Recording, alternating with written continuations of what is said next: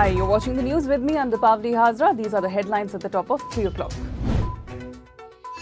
External Affairs Minister S. Jaishankar assured that no help was sought from US to mediate on the Kashmir issue a day after Donald Trump's claim on the matter sent shockwaves across India's political establishment.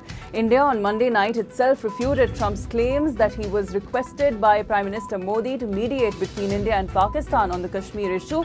The MEA stressed that it is always India's position to discuss outstanding issues with Pakistan bilaterally. There was a uproar in both houses of parliament as it convened today after the US President Donald Trump's claim that Prime Minister Modi had sought his intervention on the Kashmir issue.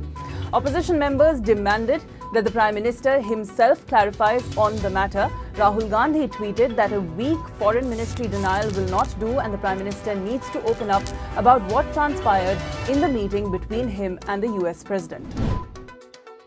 Karnataka Speaker K.R. Ramesh has directed Chief Minister H.D. Kumaraswamy to face the floor test today by 6 p.m. Meanwhile, the Speaker was met by the lawyers of the rebel MLAs and a delegation from the Congress. Earlier, BJP attacked Chief Minister Kumaraswamy for not arriving at the Vidhan Saudha and resting at a hotel.